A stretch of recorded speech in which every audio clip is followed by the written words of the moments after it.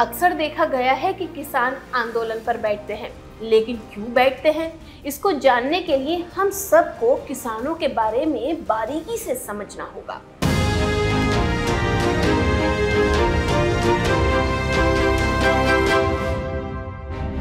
एक किसान खेती की जमीन का मालिक हो सकता है।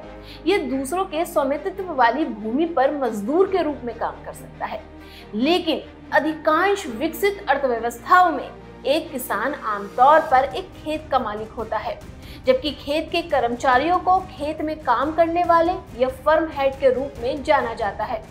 कुछ किसान सब्जियां और कुछ फसल उगाते हैं। एमएसपी मतलब मिनिमम सपोर्ट प्राइस। चलिए इसको समझते हैं। किसानों की उगाई फसल के लिए सरकार एक दाम तय करती है, जिसे फसल तैयार होने के बाद जब किसान उस फसल को मंडी में बेचता है तो सरकार की ओर से उस फसल के लिए तय की हुई कीमत दी जाती है। एमएसपी सरकार की ओर से किसानों को दिए जाने वाला एक आर्थिक भरोसा है, जिससे किसानों को फसल उगाने से पहले उसकी कीमत का अंदाजा हो जाता है कि उसे इस फसल की कितनी कीमत मिलेगी, ताकि कुछ भी हो उस किसान को उस फसल के लिए कम से कम इतनी रकम तो मिलेगी ही। हम आपको बता दें कि किन किन फसलों का सरकार हर साल तय करती है एमएसपी। अनाज में धान, गेहूं, जौ, ज्वार, बाजरा, मक्का और रागी। दाल में चना, अरहर, मूंग, उड़द और मसूर।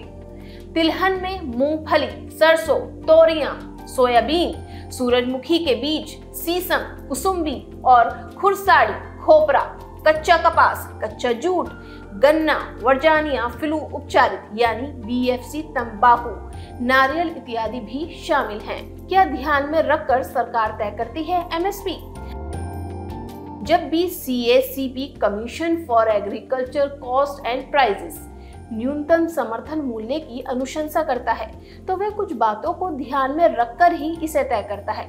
इसके लिए उत्पाद की लागत क्या है, इनपुट मूल्यों में कितना परिवर्तन आया है, बाजार में मौजूदा कीमतों का क्या रुख है, मांग और आपूर्ति की स्थिति क्या है, अंतर्राष्ट्रीय मूल्य स्थिति।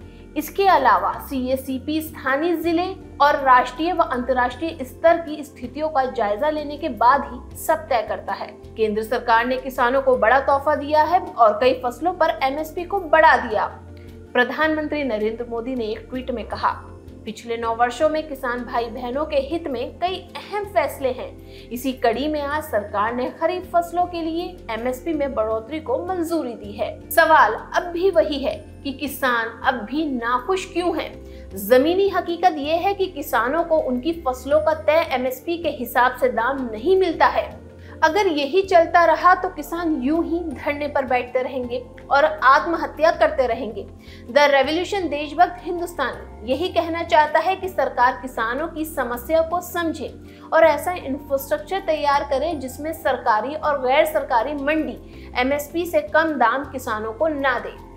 अब देखना ये होगा कि सरकार किसानों के लिए क्या करती है। अगर देश का अन्नदाता खुश रहेगा तभी देश खुशहाल होगा। आखिर किसान की तरक्की में ही देश की तरक्की छुपी है। इस बारे में आप क्या सोचते हैं? हमें अपनी राय कमेंट बॉक्स में देना मत भूलिएगा।